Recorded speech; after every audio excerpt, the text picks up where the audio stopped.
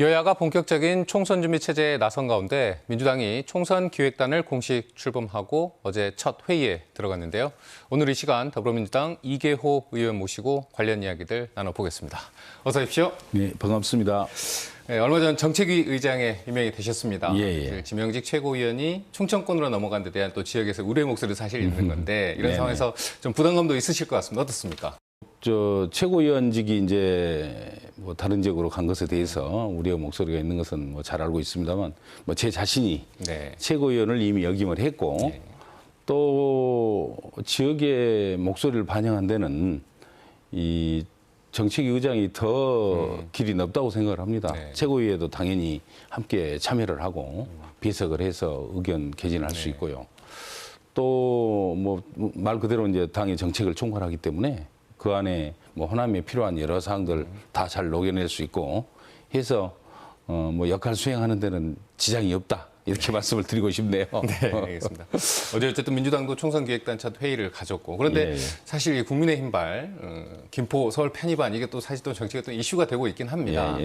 하지만 이제 뭐 이런 문제가 지역 소멸을 걱정해야 하는 또 이 지역에서는 이게 이런 걸 가속화하는 거 아니야 이런 우려의 목소리도 있는데 어떻게 보십니까? 김포 서울시 편입 문제는 정말 눈앞에 보이는 정치적 이익만 생각하는 나쁜 정책이죠. 이 김포 땅값 올려가지고 김포 시민의 표를 얻고자 하는 뭐 그런 얄팍한 이 정책에 국민들이 속겠습니까? 그렇게 되면 이제 언젠가는 뭐 경기도 다 합쳐야 될 거고. 우리 광주도 서울에 포함되는 때가 오지 않겠습니까? 극단적으로 보면. 그래서 이런 무책임한 발상을 해서는 안 되고요. 이미 뭐 국민들이 다 판단을 하신다고 생각을 합니다. 인접해 있는 서울시장이나 경기도지사 또 인천시장까지 뭐 같은 당 소속인 분들까지도 뭐 그에 적극적인 찬성을 하고 있지 않지 않습니까? 그렇습니다. 이미 평가를 뭐 충분히 내렸죠. 네.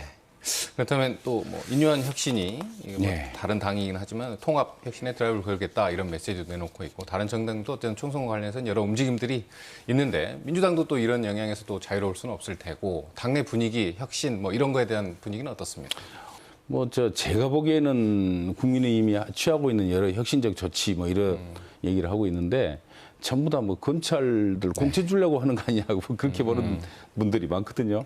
어쨌든 뭐 그것을 떠나서 이 여당의 혁신 방안이 결국은 용산 뭐 윤석열 대통령 일극 체제 강화 뭐 이런 데 염두에 둔 그런 조치들로 저희들은 보고 있고요. 민주당이 그에 대해서 무슨 영향을 받는다 뭐 그럴 가능성은 전혀 없다고 생각을 합니다. 그렇다면 사실 이 대표, 이재명 대표 또 이 당 지도부에 대한 또 험지 출마 압박도 사실 있는 것 같습니다. 어쨌든 뭐 극히 일부에서 이제 그런 등등의 목소리가 나옵니다만은 민주당의 공천 룰은 이미 제가 지난 여름에 이 시스템 공천으로 정리를 해놓고요.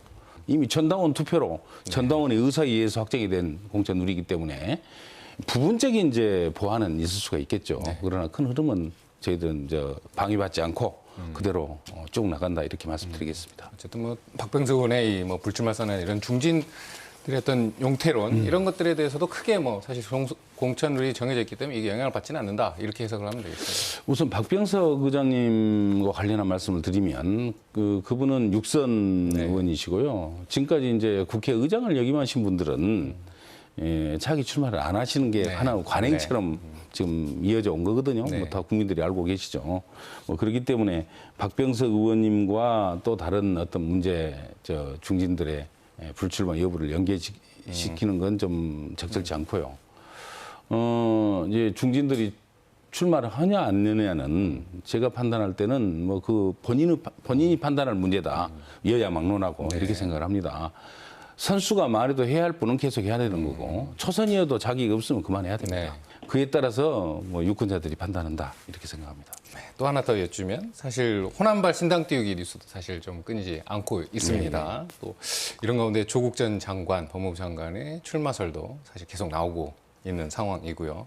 이 연대에서 어쨌든 이런 부분들이 계속 이 호남의 삼지대론에 대한 이야기들인 것 같은데 이에 대한 생각은 어떻습니까? 우선 호남의 삼지대론만 한정해서 제가 말씀드리겠습니다. 제3정당이 이제 성공을 하려면 몇 가지 조건이 있습니다. 첫째는 구심력이 확실해야 돼요. 대선 주자가 있어야 한다는 얘기죠. 네.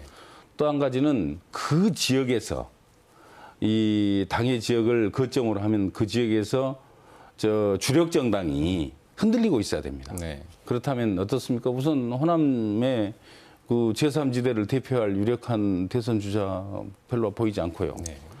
또 주력 정당인 민주당이 현재 흔들리고 있는 게 아니죠. 더 탄탄해졌는데 뭐 그런 측면에서 보면 호남에서는 제3지대 정당이 절대 성공할 가능성이 없다. 이렇게 제가 분명하게 단정하겠습니다. 네.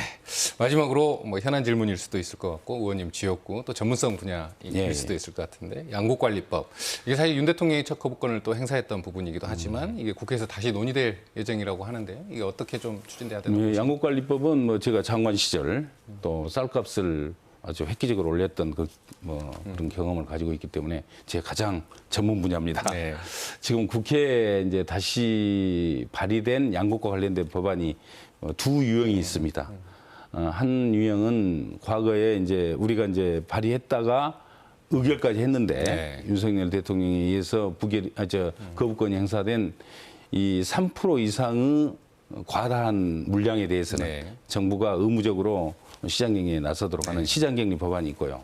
또 하나는 기준 가격을 다시 정해서 그 기준 가격에 훨씬 미달하는 그 차익만큼을 네. 국가가 보전을 해주는 보전 법안이 있습니다.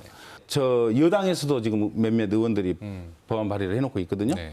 그래서 그 두 유형 플러스 여당까지 같이 여야가 뭐 진지하게 협의를 해서 빠른 시일 내에 합의안을 도출하고 네. 그렇게 해서 합의 처리하는 게 원칙이라고 생각을 하고요. 우리 정책위에서는 뭐 그러한 방향으로 앞으로 추진해 나가도록 하겠습니다. 알겠습니다. 지금까지 더불어민주당 이규호 의원과 이야기 나눴습니다. 고맙습니다. 네, 감사합니다.